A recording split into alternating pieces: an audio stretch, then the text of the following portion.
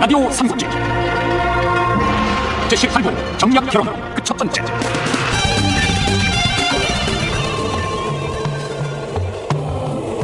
적벽대전 이후 최대의 격전지로 떠오른 형주를 놓고 유비측과 오나라의 신경전은 계속됐다. 전임 형주 태수 유표의 아들이었던 공자 유기의 죽음은 또 다른 불씨를 낳고 있었다. 이왕수님, 방금 전 강화성에서 전가를 왔습니다.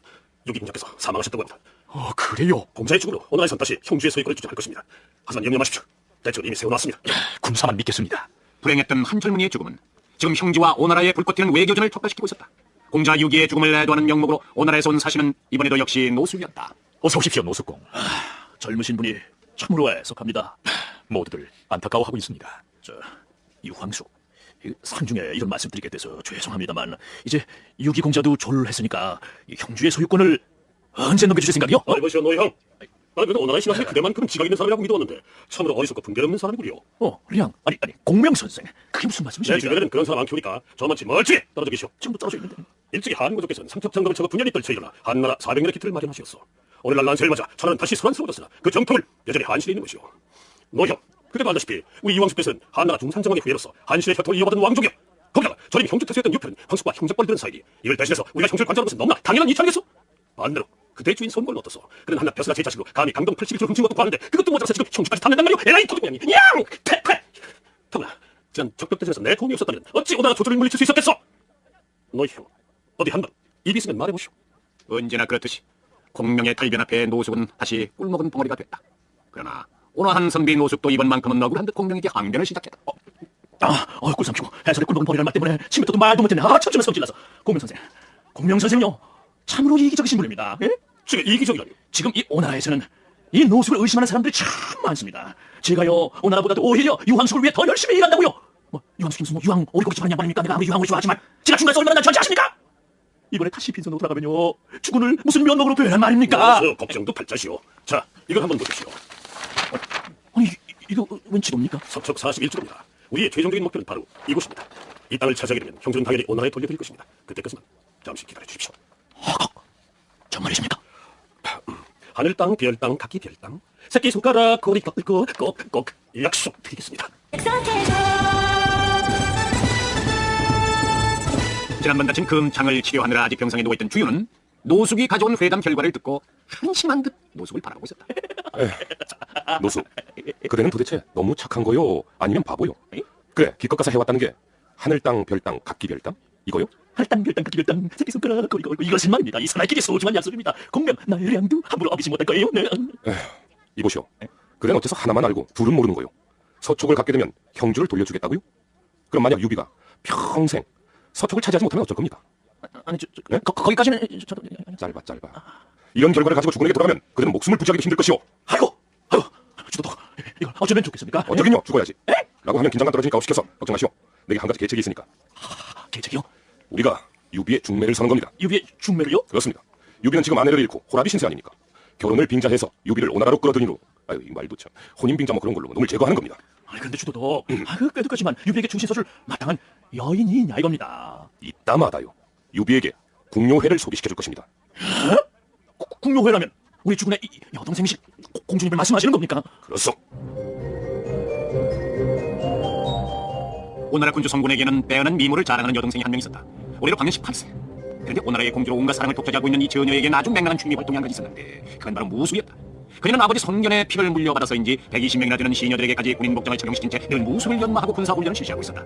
그래서 오나라의 신하들은 모두 그녀를 궁효회라고 부르며 군주인 성군보다도 더 두려워하고 있었다.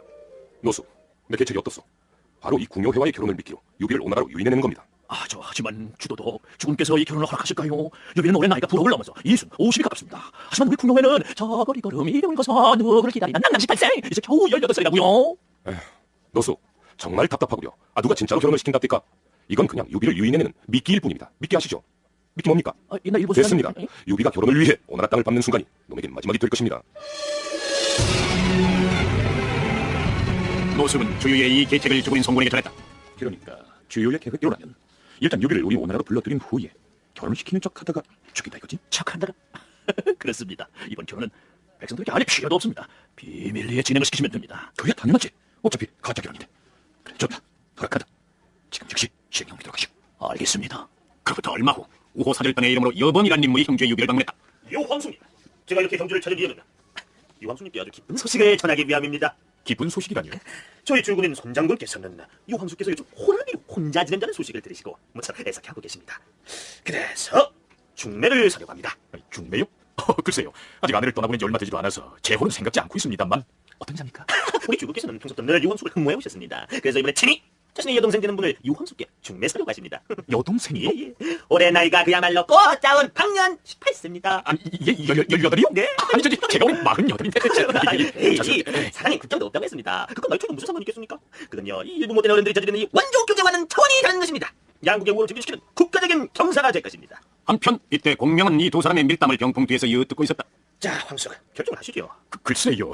잠시 생각할 시간을 좀 주십시오. 이번 주 중안에 결정해서 통보해드리겠습니다. 군사 얘기 다 들으셨죠? 손군이 자기 여동생과 저를 결혼시킨다고 합니다. 예, 들었습니다. 이것은 결혼을 미끼로 황숙을 죽이려는 주위의 계략입니다. 그래요? 그럼 역시 거절해야겠군요. 아닙니다. 허락하십시오. 예? 아니 방금 계략이라고 말씀하지 않으셨습니까? 황숙, 걱정하지만 저를 믿으십시오. 황숙은 이번에 예쁜 신부를 얻게 되고 저는 주위한테 짭짭 스트라이크 또 한 방 먹일 것입니다. 그로부터 며칠 후 두 번째로 방문한 오나라의 사신은 공명의 예상대로 이런 뜻을 전달해왔다. 우리 오태태 부인께서는 딸을 워낙 귀여워하시는지라 결혼식을 오나라에서 치렀으면 하십니다. 아, 좋습니다. 당연히 그래야지요. 저희 황숙께서는 조만간 채비를 차려서 오나라로 가겠습니다. 알겠습니다. 그럼 그리 하겠습니다. 여범을 떠나보낸 후 공명은 조자룡을 불렀다. 조자룡, 그래 이번 유황숙의 경호 책임을 맡도록 하게. 오나라에 도착하면 경호의 만절을 기하도록. 알겠나? 알겠습니다. 그리고 이걸 받게. 이게 뭡니까? 비단 조가 있어요. 모두 3개. 그 아래는 내가 적은 쪽지가 또 있네. 뿜뿜뿜뿜 조사! 조사가 된다! 위기의 순간에 닥칠 때마다 그 비단 주머니를 열어보면 해법이 적혀있을 것이야. 명심하겠습니다. 공명은 또다시 마술 같은 능력을 보이고 있었다. 구원의 비책이 담겨있다는 세계의 비단 주머니. 근데 우린 이 대목에서 잠시 짚고 넘어가야 할 것이 있다. 소설 삼국지 연의에서 보여지고 있는 공명의 능력, 과연 어디까지가 진실이고 어디까지가 거짓일까? 소설 삼국지연 속에서 공명은 이 채널의 공명이라는 사람은 아주 이게 뭐 이 사람인가 싶죠? 아주 신기에 가까운 능력을 수도 없이 보여준단 말이에요.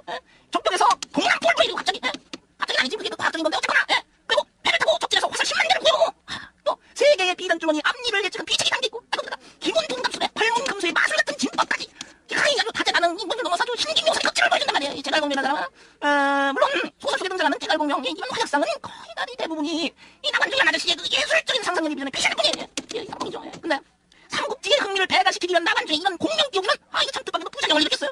소위 안티공명이란 말이에요. 공명을 평하는 일부 사람들에게 공명이 갖고 있었던 그 실제 능력조차도 깎아내리는 계기를 만들어줬다는 거죠. 그 소설 속의 공명은 완전한 허구의 인간일 뿐이고 실제 공명은 그냥 평범한 사람에 지나지 않았다. 이게 주장이거든요.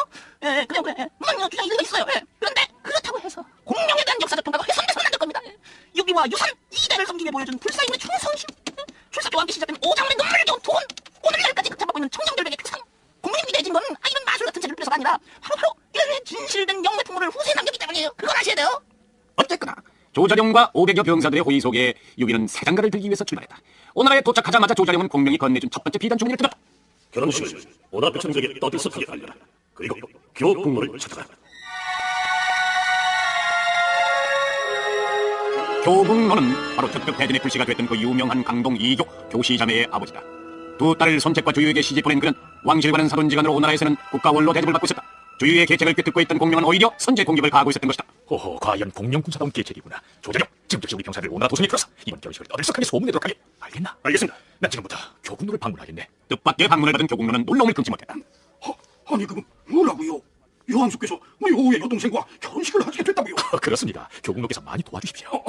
저 같은 늙은이가 무슨 힘이 있다고? 아닙니다. 교국로야말로 오나라의 존경받는 원로가 아니십니까? 저 역시도 평소부터 늘 흠모해왔습니다. 아니 뭐 내가 좀 그렇기는 합니다만 어쨌거나 유황숙님 미력 하나마 열심히 도와드리겠습니다. 유비는 그 특유의 겸손의 미덕으로 교국로를 단숨에 자기 편으로 만들었다. 그리고 그 시각 조자룡은 오나라 기자들과 떠들썩하게 기자회견까지 열고 있었다. 유황숙께서 우리 공명회와 결혼식을 하기 위해 방문했다는 게 사실입니까? 예, 그렇습니다. 이미 양국 간의 합의가 끝난 상황입니다. 누구사 이렇게 맺어지게 된 계기가 뭡니까? 오나라의 공주 공연은 여자의 몸으로 후예를 입을 정도로 그 성품이 호방하고 단자로 들었습니다. 평생 전쟁을 민 우리 유황숙께 그만한 배필이 어디겠습니까? 근데 그 신랑의 나이가 너무 많은 거 아닙니까? 공명회는 올해 18입니다. 나이는 숫자에 불과합니다. 우리 유황숙은 아직도 젊은이 못지않게 힘이 넘치십니다. 자세는 나중에.